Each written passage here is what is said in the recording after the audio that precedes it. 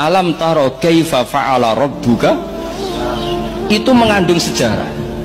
Saya cerita sedikit tentang Ashabul Fil biar kamu tahu kualitas kalimat alam taro, kata alam taro. Abraha itu ahli ekonomi. Ketika ada kafilah besar-besaran datang ke haji, ditanya itu mau kemana, mereka haji ke Ka'bah. Dia pikirannya berarti Ka'bah itu aset ekonomi karena bisa mendatangkan wisatawan. Mulanya kita anggap Ka'bah itu aset ya rontok-rontok. Tengok lagi. Akhirnya dekne gawe saingan Ka'bah.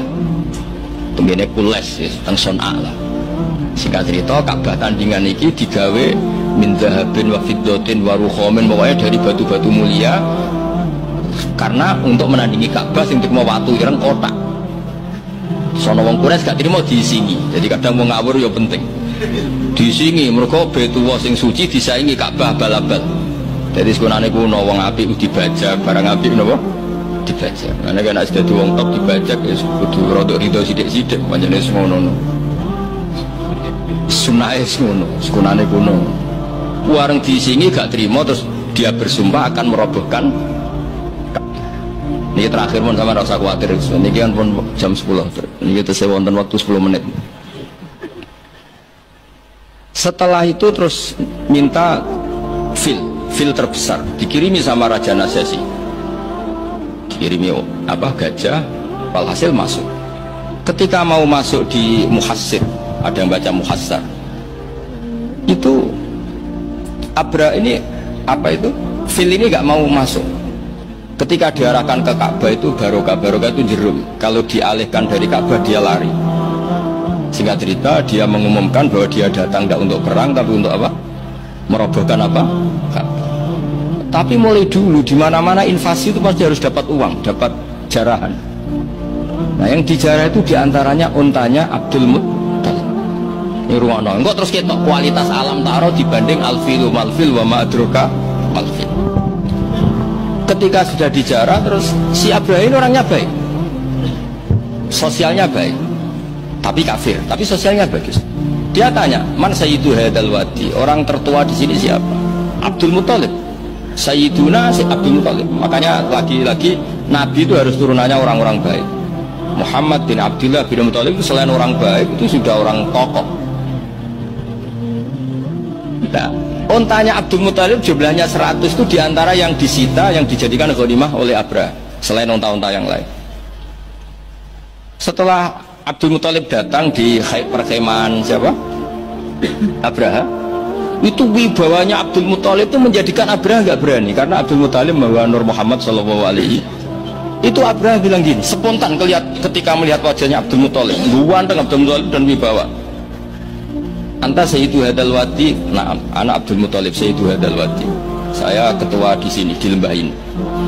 Saya sebenarnya ingin kau duduk samping saya, tapi umat saya pasti tidak terima karena ini kursi kerajaan, yang boleh duduk hanya saya.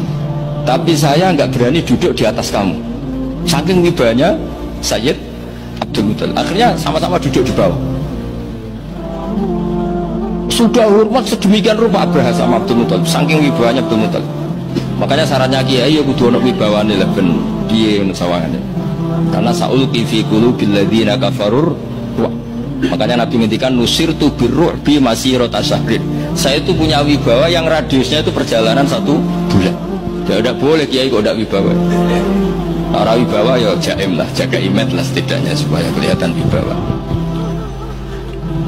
Tapi Abraha begitu kaget ketika ditanya Abdul Muttalib, apa hubungan kamu dengan Ka'bah, dengan Baitullah? Kata Abdul Muttalib, lucu jawabannya, nggak ada hubungan apa-apa, sementing ontaku kembalikan. Kagetnya minta ampun Abraham. Loh, kamu itu Sayyidu Hadal Wadi, semua orang itu khawatir Ka'bah saya robohkan karena itu adalah dinuhum, itu agama mereka. Kamu yang ketuanya malah tidak peduli, tapi hanya peduli dengan onta. Mulai kecewa, saya kecewa hormat kamu. Ternyata kamu orang yang sangat materialistik. Tapi apa kata Abdul Muttalib? Loh karena li'ani robbu, saya ini yang punya robbun, maknanya saya ini yang punya unta itu, ini robbuhunna, saya yang punya unta-unta itu.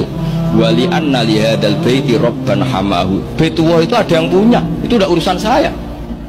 Dia punya Robban hamahu, punya yang punya dan akan melindungi yang punya. Itu tidak kewajiban saya, kewajibannya yang punya. Jadi betu orang betu Abdul Muttalib. Akhirnya Abraham, ini ngawur tapi kok pinter kira-kira gitu. Sudah silakan, kalau mau rusak silakan, kamu akan berurusan dengan yang punya. Wes, oke dari Abraham, banyak aku pengen rusak Ka'bah. Untuk dibalik no, wes untuk tak balik no, saya pengen rusak Ka'bah. Ya monggo, tapi kamu berurusan sama yang punya. Ini masih maulid karena ini mbahnya Rasulullah Shallallahu Alaihi Wasallam kesana. Tapi sebelum Abraham datang, ini Abdul Muttalib fa'atal baita, kemudian datang ke Baitullah wa akhudha bi halaqatil bab. Dia megang apa, kalau di pintu dulu itu kan pegangannya itu kan bunder, makanya disebut halaqatil bab. Maksudnya handle-nya itu kan bulat. Terus beliau berdoa, dongane lucu. Ya Allah, gimana-mana orang itu ya menyelamatkan asetnya. Ya, engkau harus menyelamatkan asetmu dong. Ini santai aja. Soalnya ngomong ketika ngono tok, terus ditinggal mirip. Nah, ditinggal mirip itu Abdul Muttalib bikin pengumuman ke semua orang Quraisy, ayo ke atas gunung dan kita melihat apa yang dilakukan Tuhan kita terhadap orang yang merusak Ka'bah. Terus mereka di gunung semua. Ketika Abraham mau naik, mau merusak, terus ada burung ababil. Makanya judulnya Alam. Kayak apa kualitas Quran itu? Cerita sejarah dengan sederhana tapi kualitas maknanya luar biasa. Alam taro. Kenapa kok ada alam taro? Apakah kamu tidak melihat? Karena semua suku Quraisy itu naik gunung dan melihat apa yang maka dimulai dengan alam taro. Dan mereka melihat kaifa fa'ala rabbuka bi ashabi. Disaiki alfilu malfil wa ma adraka malfil lahu khurtumun tawil wa dhibuhu qasir. Jadi sehingga alam taro ini kualitasnya luar biasa memang, karena mereka berkata ayo kita lihat apa yang akan dilakukan Tuhan terhadap orang yang merusak Ka'bah. Makanya disebut alam taro kaifa fa'ala rabbuka biasa. Jadi kualitas Quran itu luar biasa.